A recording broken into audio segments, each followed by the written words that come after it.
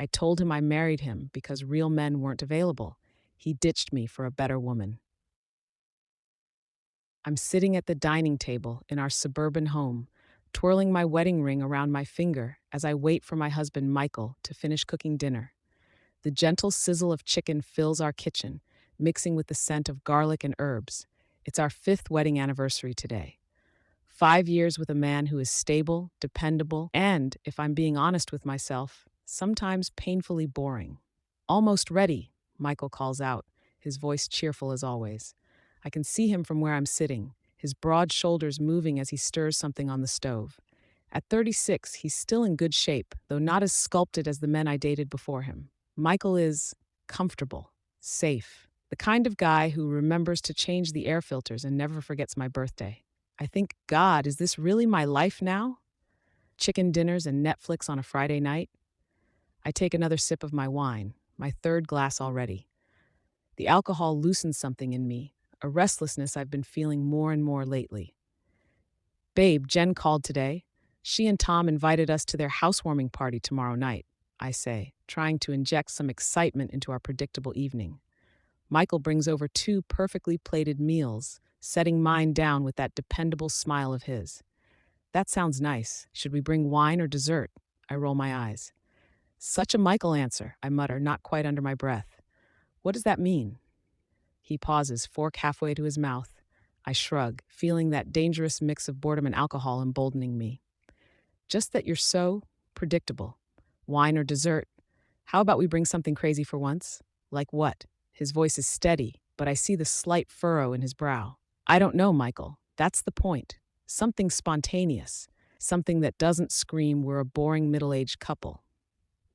I stab at my chicken harder than necessary. He's quiet for a moment, then says softly, I didn't realize you found us boring. I don't answer.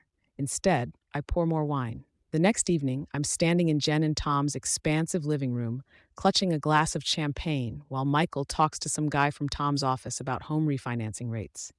I'm wearing my red dress, the one that hugs all the right places, and I notice several appreciative glances from the men at the party. I think, at least someone still finds me interesting. The champagne bubbles tickle my nose as I take another sip. Jen sidles up next to me, looking gorgeous in a simple black dress. Hey you, so glad you guys could make it. She gives me a quick hug. Wouldn't miss it, I say, gesturing around at the stylish new house. This place is amazing. Tom must be killing it at work. Jen beams with pride. He's been working so hard. Just got that promotion last month. My eyes drift to where Tom stands across the room, tall, confident, talking animatedly about something while a group hangs on his every word. Then I look back at Michael, still droning on about interest rates. So, Jen says, following my gaze, how are things with you and Michael? 5 years now, right? I mumble, downing the rest of my champagne. You guys are so perfect together. Michael is such a good guy, so steady. Something about her words, perhaps the way she says steady like it's code for boring, irritates me. Or maybe it's the fourth glass of champagne. Either way, I feel the filter between my brain and mouth dissolving. Yeah, he's steady all right, steadily putting me to sleep. The words come out louder than I intended, and a few heads turn our way. Jen's eyes widen slightly. Amelia. But I'm on a roll now. No, seriously. You know why I married Michael? I gesture wildly with my empty glass.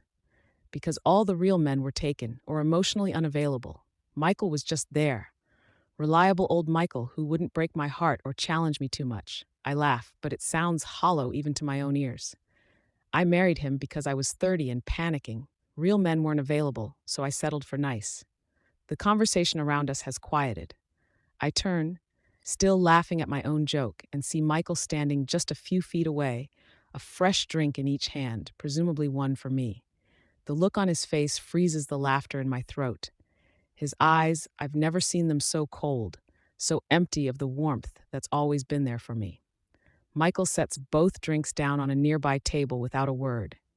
Then he turns and walks out of the room. Michael, I call after him, but he doesn't stop. I think, shit, he wasn't supposed to hear that. The party has gone awkwardly quiet around me. Tom gives me a disapproving look before following after Michael. Jen touches my arm gently. Maybe you should go after him, she suggests quietly. I shake my head, embarrassment mixing with defiance. He'll get over it. He always does. But even as I say the words, something in my gut tells me that this time might be different. I'm slumped in the passenger seat of our car, my head throbbing slightly as Michael drives us home in complete silence. The streetlights flash across his face in rhythmic intervals, illuminating the hard set of his jaw. Come on, you know I was just joking around, I say, breaking the silence that stretched between us since we left the party 30 minutes ago. I had too much champagne. It didn't mean anything. Michael keeps his eyes on the road. You humiliated me in front of our friends. God, you're being so sensitive right now. I turn to look out the window, crossing my arms. It was just party talk. Party talk. His voice is flat. So telling everyone you settled for me because real men weren't available is just casual conversation to you? When he puts it like that, I feel a twinge of guilt. But admitting I was wrong has never been my strong suit. You're taking it completely out of context. He doesn't respond. We pull into our driveway and before I can say anything else, he's out of the car and heading into the house. By the time I make it inside, I hear the guest bedroom door close with a definitive click. I stand in our hallway, my red dress suddenly feeling too tight, too desperate. I think he's never slept in the guest room before. The next morning, I'm sitting at the kitchen counter, nursing a cup of coffee and a hangover when Michael enters. He's already dressed for work, even though it's Saturday. Going somewhere? I ask, trying to sound casual. I have some things to take care of at the office. He doesn't look at me as he pours coffee into his travel mug. On a Saturday? Since when do you work weekends? He finally meets my eyes, since I need some space to think. I set my mug down harder than necessary. You're still mad about last night? Seriously, Michael, it was a stupid joke. Was it? He screws the lid onto his mug, because it felt like the kind of truth that only comes out when someone's drunk enough to say what they really think. That's not fair. Isn't it? Tell me honestly, Amelia, am I just the safe guy you settled for? The one who was there when all the real men were taken? His voice is steady, but I can hear the hurt beneath it. I open my mouth, then close it. The truth is, I don't know how to answer. There had been some truth in what I said last night. I did choose Michael partly for his stability, his reliability. After a string of exciting but ultimately heartbreaking relationships, he had seemed like a safe harbor. My silence speaks volumes. Michael nods slowly, as if confirming something to himself. I'll be back later, he says and walks out the door. I sit there, listening to his car start and pull away. I think he'll get over this. He always does. But the knot in my stomach suggests otherwise. 3 days later, I'm standing in our bedroom, staring at Michael's half-empty closet. He's been sleeping in the guest room since the party, barely speaking to me except for cold, practical exchanges. This is ridiculous, I mutter, grabbing my phone to text him. Can we please talk about this? You're overreacting. I wait for the familiar 3 dots to appear, but they don't. An hour passes, then 2. Finally, my phone buzzes. I'll be home around 7. We can talk then. I spend the afternoon rehearsing what I'll say, how I'll explain that it was just a stupid, drunken comment, how much I actually do appreciate him. But the words feel hollow, even in my head. At 7:15, I hear his key in the lock. I'm sitting on the couch, trying to appear casual but feeling my heart race. Michael walks in, looking different somehow. His shoulders seem straighter, his expression more resolved than I've ever seen it. Hi, I say, suddenly feeling nervous. Hi. He sets his keys down and takes a seat in the armchair across from me rather than beside me on the couch. Look, I begin. I know what I said was hurtful. I didn't mean it the way it sounded. You know how I get when I drink too much. Michael looks at me steadily. That's the thing, Amelia. I do know how you get. You become honest. Brutally so. It wasn't honest. It was stupid party talk. Then tell me this, he says. Did you marry me because you loved me more than anyone you'd ever met, or because I was safe and available when you were ready to settle down? I feel trapped. That's not fair. Marriage isn't some fairy tale. Everyone compromises. I didn't ask about compromise. I asked if you married me for love or convenience. Of course I love you, I say, dodging the real question. Michael sighs. I've been thinking a lot these past few days. About us, about what you said. He looks down at his hands. And I realized something. I deserve better than being someone's backup plan. My stomach drops. What are you saying? I'm saying I'm moving out. For now, at least. I need time to think about whether this marriage is what I want for the rest of my life. You can't be serious, I say, feeling panic rise in my chest. You're leaving me because of one comment at a party? No, Amelia. I'm leaving because that one comment revealed how you truly see me, and I can't unsee that now. I stand up, anger replacing fear. So that's it? 5 years of marriage, and you're just walking away? I'm not walking away. I'm taking space to figure out what I want. Something you should have done before saying I do to someone you considered a consolation prize. His words hit me like a slap. I hadn't thought of it that way. Where will you go? I ask, my voice smaller now. I've rented an apartment downtown, month to month. He stands up. I'll come by tomorrow when you're at work to get more of my things. Michael, please. I reach for his arm, but he steps back. I need this, Amelia. And I think, if you're honest with yourself, you might need it too. I watch him walk out the door, unable to find the words to make him stay. The house feels suddenly huge and empty around me. I think he'll come back. He has to. But the certainty I once felt about Michael, about us, feels as hollow as the home he just left. I'm standing in line at our local coffee shop on a Tuesday morning, 2 weeks after Michael moved out. The barista gives me a sympathetic smile as she hands me my latte. Rough morning? She asks, nodding at my disheveled appearance. I haven't been sleeping well. Rough couple of weeks, I mutter, taking the cup. As I turn to leave, I nearly collide with Jen, the last person I want to see right now. Amelia, she looks surprised, then uncomfortable. How are you? I'm fine, I say automatically, though the dark circles under my eyes probably tell a different story. How are you? Good, good. She shifts awkwardly from foot to foot. Have you talked to Michael lately? Something in her tone makes me pause. Not really. Why?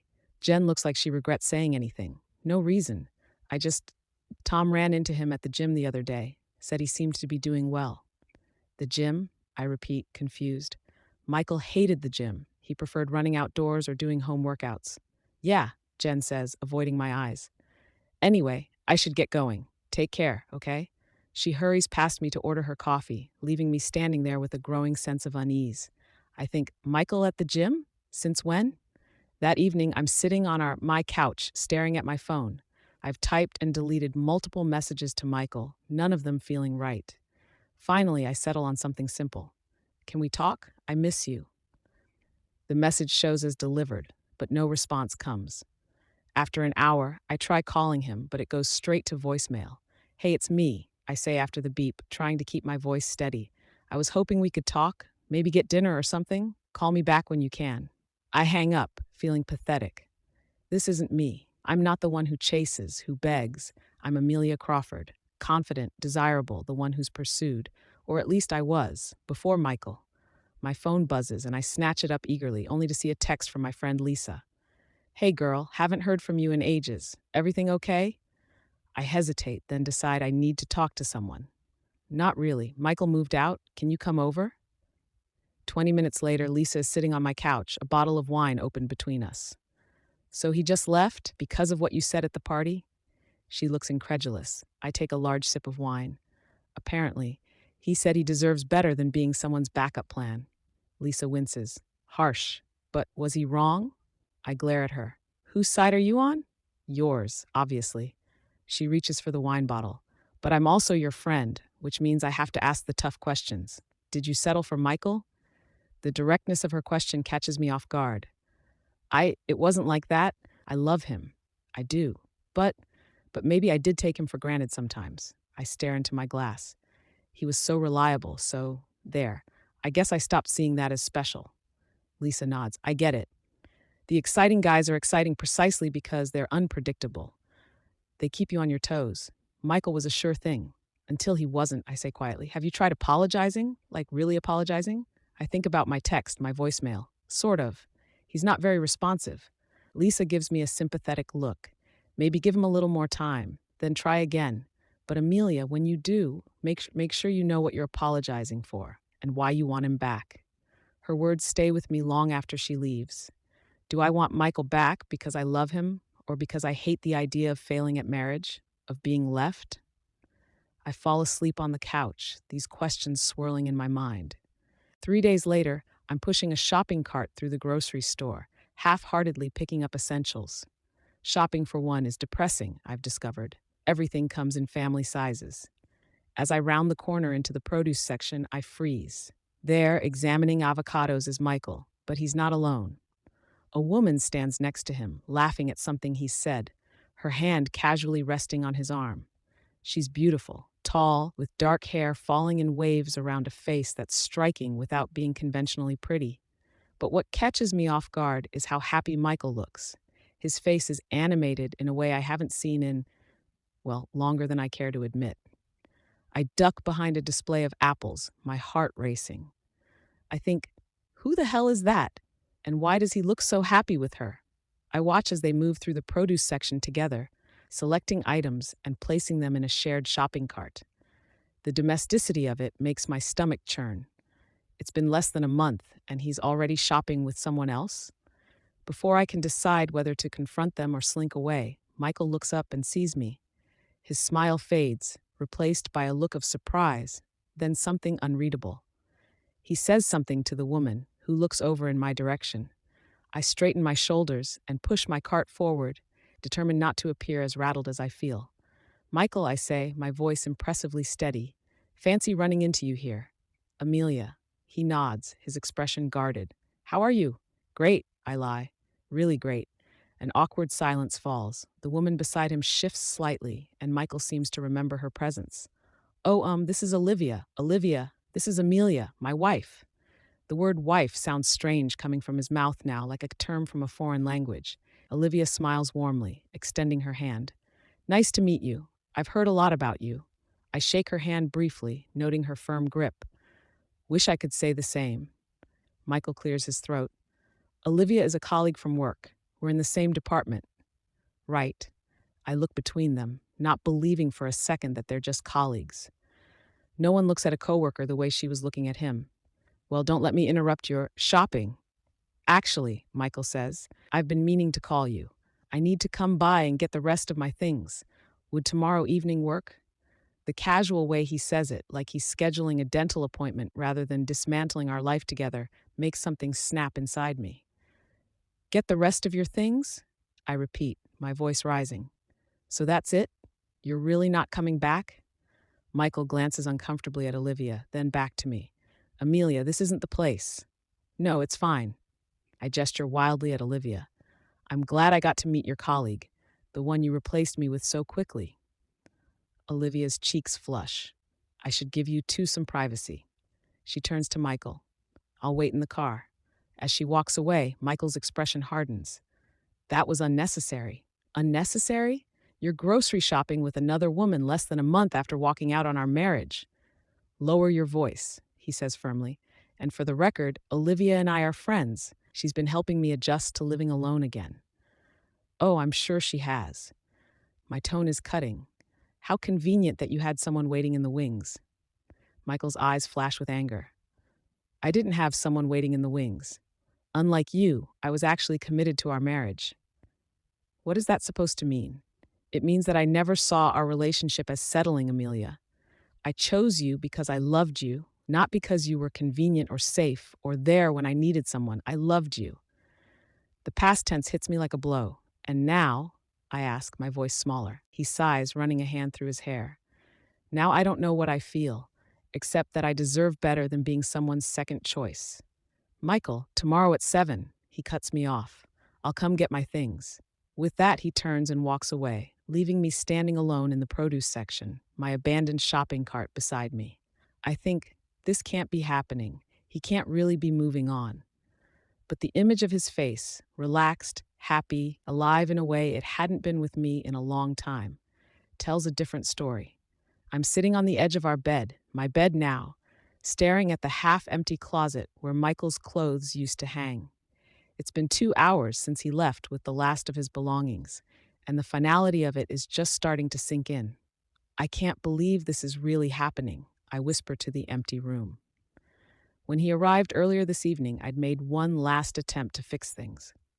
I'd put on my nicest dress, opened a bottle of wine, even ordered from his favorite restaurant. A desperate play, perhaps, but I was running out of options. Michael had walked in, taken one look at the setup, and shaken his head. "Don't, Amelia," he'd said quietly. "This isn't going to work." "We need to talk," I'd insisted. "Really talk. I've had time to think, and I realize how wrong I was." "It's too late." He'd moved past me toward the bedroom, focused on collecting his things. I'd followed him, wineglass in hand. "How can it be too late? We're still married. We can work through this." Michael had continued packing methodically, placing folded clothes into a suitcase. "I've been doing a lot of thinking, too, about us, about what I want from a relationship." And he'd pause then, looking directly at me. "And I realize that I want to be with someone who chose me first, not as a backup plan or a safe option, but as their first choice. I did choose you," I'd argued. "I married you. But not because I was who you wanted most." His voice had been gentle but firm. "You married me because I was dependable, because all the real men were taken, remember?" The words, my words, had stung coming back at me. It was a stupid thing to say. I didn't mean it. Michael had zipped up his suitcase. "The thing is, Amelia, I think you did mean it. Maybe not consciously, but somewhere deep down." He'd straightened up. "And the worst part is, I knew it. I knew I wasn't your dream guy. But I loved you so much that I convinced myself it didn't matter." Tears had sprung to my eyes then. "Michael, please." "Let me finish," he'd said. "These past few weeks have been eye-opening for me. I've started asking myself what I really want, what makes me happy, and I've realized that I deserve to be with someone who sees me as their first choice, their only choice. That person is me," I'd said desperately. "I can be that person." He'd shaken his head sadly. "No, you can't, because you already showed me where I stand with you, and now I can't unsee it." With that, he'd picked up his suitcase and walked out, leaving me standing in our bedroom, clutching a glass of wine that had gone warm in my hand. Now, 2 hours later, I'm still sitting here, trying to process what just happened. My phone buzzes with a text from Lisa. "How did it go? Did you guys talk?" I stare at the message, unsure how to respond. How do I explain that my marriage is over? That Michael is gone, possibly for good? Not well. He's gone. Took all his things. Her response comes quickly. "Oh, honey, I'm coming over." I set the phone down and moved to the window, looking out at the quiet street below. Our house, my house now, is in a nice neighborhood. The kind where people raise families. The kind Michael and I had talked about when we first got married. I think I've really messed this up, haven't I? An hour later, I'm sitting on the couch with Lisa, a fresh bottle of wine between us. I've just finished telling her everything, the grocery store encounter, Michael's final departure tonight. "So wait," Lisa says, refilling our glasses. "Who's this Olivia person again?" "Some colleague from work," I say bitterly. "Tall, dark-haired, looks like she does yoga or something." "And you think they're together?" I shrug. "They were grocery shopping together, Lisa, on a Sunday. That's like third date territory at least." Lisa considers this. "Maybe. Or maybe they really are just friends. Either way, it sounds like his mind is made up about your relationship. I can't believe he's just done. 5 years of marriage, and he walks away because of one comment." Lisa gives me a pointed look. "You know it's not just about that one comment, right? That was just the breaking point." "What do you mean?" "I mean, from what you've told me, you've been taking him for granted for a while, making little digs about him being boring or predictable, not appreciating what he brings to the table." Her words sting because they contain more truth than I want to admit. I didn't think he minded that much. It was just teasing. To you, maybe. But to him, she trails off, taking a sip of wine. To him what? To him, it probably felt like constant confirmation that you settled for him, that you weren't really happy with who he is. I feel a lump forming in my throat. I didn't mean to make him feel that way. "I know you didn't," Lisa says gently, "but intentions and impact are different things." We sit in silence for a moment, the weight of her words settling over me. "Do you think he's going to file for divorce?" Lisa finally asks. The question hits me hard. Divorce. Such a final, ugly word. "I don't know," I admit. "He didn't say anything about divorce tonight, just that he wanted to be with someone who saw him as their first choice." "Like Olivia, maybe?" Lisa suggests carefully. I feel a flash of anger. He barely knows her. Sometimes that doesn't matter. Sometimes it's just about how someone makes you feel. Lisa sets down her glass. When was the last time you made Michael feel like he was your first choice, your only choice? I open my mouth to respond, then close it. I can't remember, and that realization is devastating. I really messed up, didn't I? I say quietly. Lisa reaches over and squeezes my hand. Maybe, but acknowledging that is the first step toward, well, whatever comes next. What if it's too late? What if he's already moved on with Olivia? Then you learn from this and do better next time. Lisa's tone is compassionate but firm. But either way, Amelia, I think you need to take a hard look at what you really want, not just in a relationship, but in life. Her words follow me into a restless sleep that night, haunting my dreams with images of Michael and Olivia building a life together, the life I thought I had secured for myself. I'm standing in front of the bathroom mirror in my apartment, staring at my reflection. It's been 2 months since Michael left, and the woman looking back at me seems different somehow. Older, perhaps, or just more aware. I think I barely recognize myself anymore. My phone buzzes on the counter. A text from Jen. Hey, just checking in. How are you holding up? I'm surprised by her message. Most of our mutual friends have taken Michael's side in the split, their invitations becoming less frequent, their texts more perfunctory. Jen has been one of the few to maintain contact, though even she has kept a respectful distance. I'm okay, I reply, taking it day by day. Good to hear. A bunch of us are meeting for drinks Friday if you want to join. I hesitate. Social gatherings have been awkward since the separation, especially with our shared friend group. But isolation isn't helping either. Sure, that sounds nice. Where and when? She sends me the details, and I set my phone down, feeling a mix of anxiety and relief. It will be good to get out, to see people, even if they're judging me. Friday evening, I'm pushing open the door to the Copper Pot, a trendy bar downtown that our friend group frequents. The familiar buzz of conversation and clinking glasses greets me as I scan the room for Jen's face. I spot her at a table in the corner, waving me over. As I approach, I see she's with Tom and a couple of other friends from our circle. My stomach tightens when I realize they're the ones who were at the party that night, the night everything fell apart. Amelia, Jen stands to greet me with a hug. I'm so glad you came. Thanks for inviting me, I say, forcing a smile as I take the empty seat she gestures to. Conversation flows around me, stilted at first, but gradually relaxing as drink orders arrive and small talk progresses. I find myself laughing at one of Tom's work stories, almost forgetting the awkwardness of the situation. Then Tom says, "Oh, I meant to tell you guys. I ran into Michael last weekend at that new restaurant downtown." The table goes quiet. Everyone glances uncomfortably in my direction.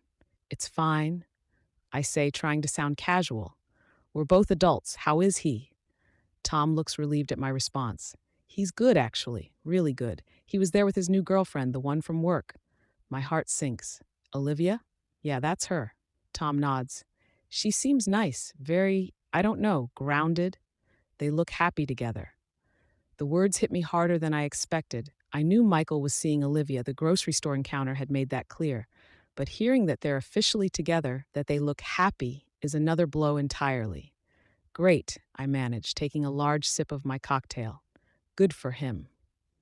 Jen shoots Tom a warning look, but he continues, oblivious to the tension. "Yeah, he's been working out too. Looks like he's dropped some weight, started dressing better." Tom laughs. "He even got a promotion at work. Said something about finally going after what he wants instead of just accepting what comes his way."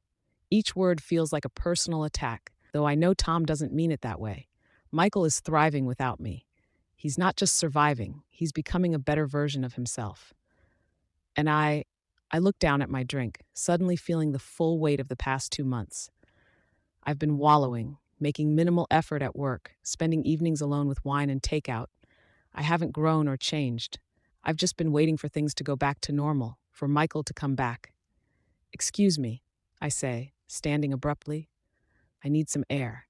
I hurry outside, the cool evening air a welcome relief from the suffocating atmosphere inside. I lean against the brick wall of the building, taking deep breaths. "Amelia?" Jen's voice comes from beside me. "Are you okay?" I turn to see her standing there, concern etched on her face. "Not really," I admit. Hearing about Michael and Olivia, it's harder than I thought it would be. Jen nods sympathetically. I'm sorry. Tom shouldn't have brought it up. No, it's fine. I need to get used to it. I wrap my arms around myself. It just hurts to hear that he's doing so well without me, that he's better off. You don't know that he's better off, Jen says gently. Didn't you hear Tom? New girlfriend, promotion, looking great. Meanwhile, I'm a mess. I laugh bitterly. I guess I was holding him back all along. Jen is quiet for a moment, considering her words carefully. Can I be honest with you, Amelia? As a friend? I nod, bracing myself. I think what you're seeing isn't that Michael is better without you specifically. It's that he's better when he values himself. She leans against the wall beside me. From what you've told me, and from what I saw at that party, you didn't always make him feel valued. Her words sting, but I can't deny their truth. The thing is, she continues, when someone constantly feels like they're not enough, like they're the safe choice rather than the first choice, it wears them down. They start to believe it themselves. I think about Michael, steady, reliable Michael, and how I'd gradually chipped away at his confidence with my comments and comparisons. But now, Jen says, he's chosen to believe in himself, to see himself as worthy of better treatment, and that confidence changes everything. So what you're saying is that I created this new, improved Michael by treating him badly enough that he had to leave? Jen shakes her head. No, I'm saying Michael decided to value himself enough to walk away from someone who didn't appreciate him, and in doing so, he made space for someone who does. Olivia, I say quietly. Maybe, or maybe just himself for now. Jen puts a hand on my arm. The question is, what are you going to do with this realization? Are you going to keep waiting for Michael to come back, or are you going to learn from this and grow too? Her question hangs in the air between us, demanding an answer I'm not sure I have yet. The next morning, I'm sitting at my kitchen table, a cup of coffee growing cold in front of me as I stare at an envelope. Inside is a petition for divorce that arrived yesterday, the day before my night out with friends. I hadn't opened it then, couldn't bring myself to face the reality it represented.